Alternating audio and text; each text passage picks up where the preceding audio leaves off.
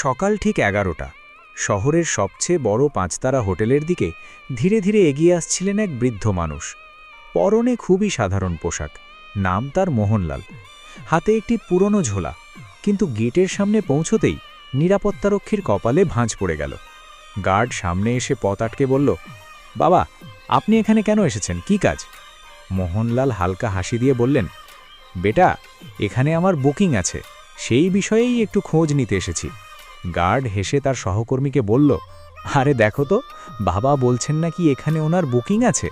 তারপর আবার মোহনলালের দিকে তাকিয়ে বলল, বাবা, নিশ্চয়ই ভুল হয়েছে, হয়তো কেউ আপনাকে ভুল ঠিকানা দিয়েছে। এটা খুবই বিলাসবহুল হোটেল, এখানে বড় বড় লোকজন আসে, সাধারণ মানুষ এটা অ্যাফোর্ড করতে পারে না। এই সময় হোটেলের রিসেপশনিস্ট প্রিয়া সাক্সেনা কথাবার্তা শুনে ফেলল। সে মাথা থেকে পা পর্যন্ত মোহনলালকে দেখে ঠোঁটে এক চিলতে হাসি আনল। সে হাসি স্বাগত নয়, ছিল বিদ্রূপ আর অবজ্ঞার। প্রিয়া বলল, বাবা, আমার তো মনে হয় না আপনার এখানে কোনো বুকিং আছে। এই হোটেল খুব দামি, আপনি বোধহয় ভুল জায়গায় চলে এসেছেন। মোহনলাল শান্ত গলায় বললেন, মেয়ে, একবার চেক করে দেখো না, হয়তো আমার বুকিং এখানেই। প্রিয়া উদাসীনভাবে কাজ ঝাঁকিয়ে বলল, ঠিক আছে বাবা, এতে সময় লাগবে, আপনি ওয়েটিং এরিয়ায় গিয়ে বসুন। মোহনলাল মাথা নাড়লেন, ধীরে ধীরে লবির কোণের একটি চেয়ারে বসে পড়লেন। ঝোলাটি পাশে রাখলেন, 2 হাত লাঠির ওপর ভর করে নীরবে বসে রইলেন। লবির অনেক অতিথি তাকে অদ্ভুত চোখে দেখতে লাগল। কেউ ফিসফিস করে বলল, ফ্রি খাবার খেতে এসেছে বোধহয়। আরেকজন বলল, এখানকার 1 গ্লাস জল কেনার ক্ষমতাও নেই নিশ্চয়ই।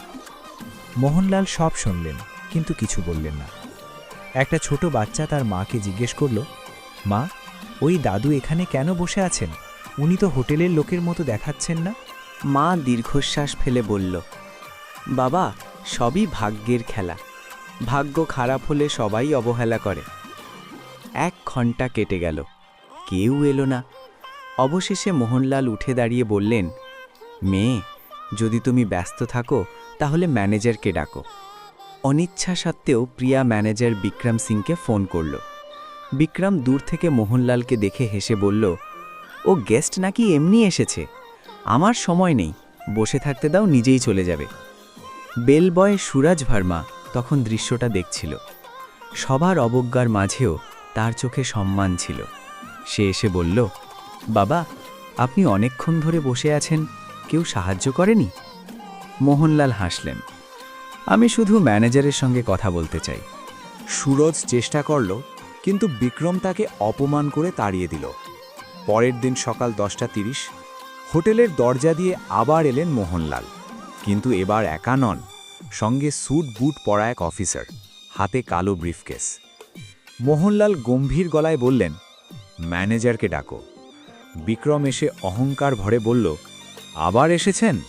অফিসার ফাইল খুলে বলল, এই ডকুমেন্ট অনুযায়ী এই হোটেলের 65% শেয়ারের মালিক মোহনলাল। লবি স্তব্ধ। মোহনলাল বললেন, আজ থেকে তুমি আর এই হোটেলের ম্যানেজার নও, তোমার জায়গায় সুরজ ভার্মা দায়িত্ব নেবে।